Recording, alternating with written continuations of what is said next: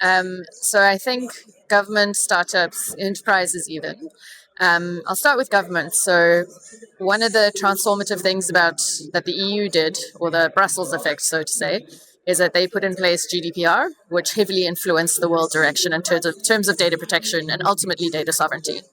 And so while a number of nations have developed that, so South Africa, Kenya, Nigeria has also been pushing it out, pushing that further at a faster rate really enables local enterprises and startups to actually start prioritizing data sovereignty. So that's what government to do is release these policies. In South Africa, we've got something called POPIA. It's sort of GDPR equivalent, and that's been a huge play in confirming data sovereignty. The idea is that my personal information that I'm giving to an organization like an enterprise shouldn't be able to leave that enterprise unless it has my permission or it's been described to me when the data was collected from me.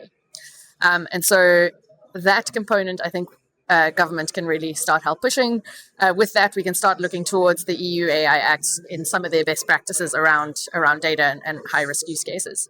I think for startups and organizations themselves is to take a sovereign first approach. What we're seeing now is a number of infrastructure players on the continent where we can train our models. And so opting and working with them to actually do that locally as opposed to going the standard cloud route, sending all our data to the US and bringing it back is one really good thing to think about. Is like how are we training and deploying our stuff on the continent as opposed to sending it offshore. And so I think just going in with that sovereign first mindset is really, really, really helpful. Great, thank you so much. And so, as a major player in the AI ecosystem, what would you say are the biggest risk to us as concerned data sovereignty? Yeah. I would say our biggest risk is already we have the large players negotiating for our data.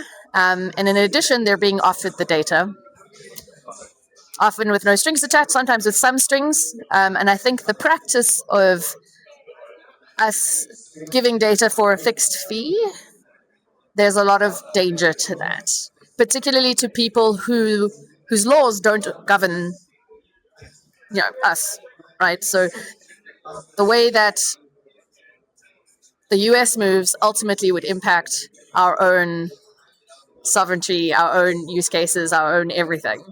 And that is quite terrifying to me.